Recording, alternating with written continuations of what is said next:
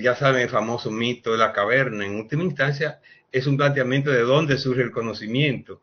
Pero cuando uno lee el mito de la caverna, se da cuenta que hay por lo menos una intuición sobre el signo. Y el mismo Aristóteles ya con las categorías seguimos viendo preocupación por la construcción del conocimiento, pero antes de eso, ¿cómo expresar ese conocimiento a través de signos? Y así, para no alargar, pasamos por Heidegger, con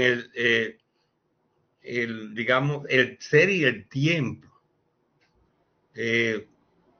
Bueno, y el más famoso, el ser y la nada, eh, de Sartre, es toda una historia sobre la sustancia del signo.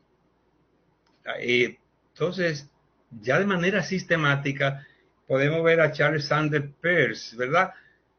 ¿Qué plantea antes que Saussure? Porque él es unos 18 años anterior a Saussure. Cuando Saussure nació en 1857, ya Pérez estaba escribiendo, no precisamente del signo, pero de geodésica, de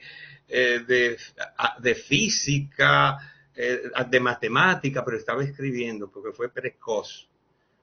Pero tal vez para mí lo más rescatable de Peirce, además de su pragmática, es su teoría del signo, que se dice que es triádica, aunque yo creo que en su misma explicación él casi desbarata su concepción triádica del signo. O sea, él concibe tres polos, que podríamos poner ahí una gráfica, los tres polos, ese triángulo de Peirce sobre el signo. Él dice que el signo tiene un representamen.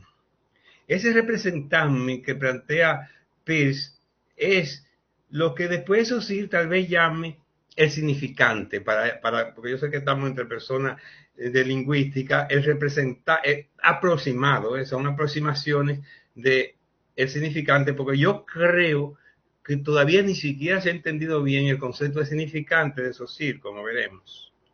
Entonces, él dice que ese representante es un objeto mental que se va a poner en lugar de otro objeto. O sea, la realidad, el referente. Eso donde dice objeto es todas las preocupaciones que esbocé rápidamente, desde Parménides hasta Paul Sartre con el ser y la nada. Bueno, y se nos pasaría Shakespeare con el ser y no ser, ¿verdad? Que es el ser y la nada, el no ser y la nada. Entonces, es una referencia a ese objeto, porque lo que se está hablando es lo que existe en la realidad.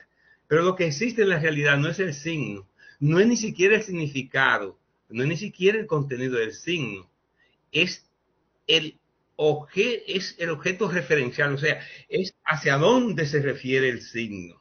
No se puede confundir ni siquiera con el significado del signo.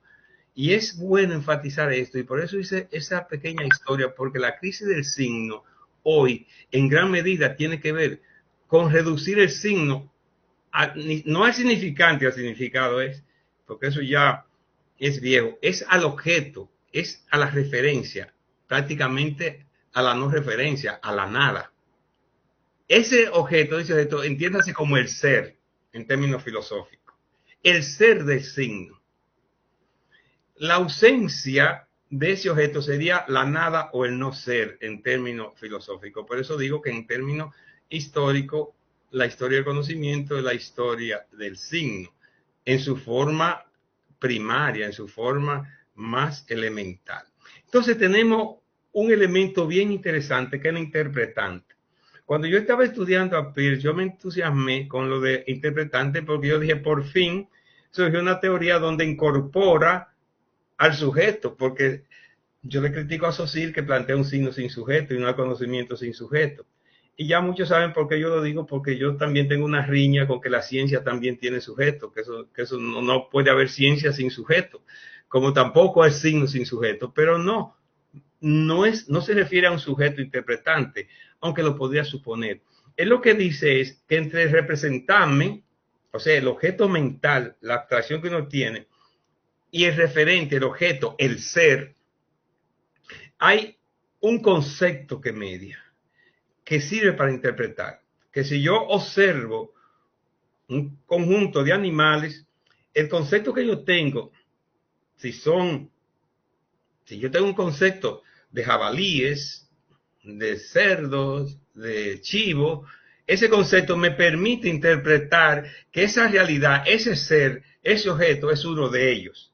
Que sin esto el mundo sería una nebulosa, porque no podría asignarle ningún valor. Es interesante esa propuesta de Spears, porque coincide exactamente con el concepto de significado de Saussure. Entonces, aunque no hubo contacto entre Peirce y Saussure, indagué para ver si Saussure había copiado, pero no, porque no escribía.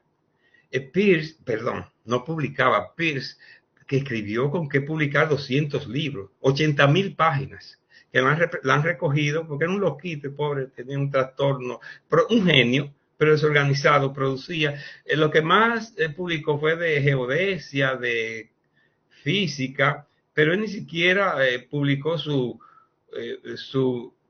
pragmática, no publicó su semiótica, porque es el primero que escribe sobre semiótica, sino que se recolectaron en una antología llamada Collective Paper, o sea, la colección de todo lo que él escribió, y de ahí se ha ido sacando. Pero si se publicarían en un promedio de 400 páginas por libro, 200 libros.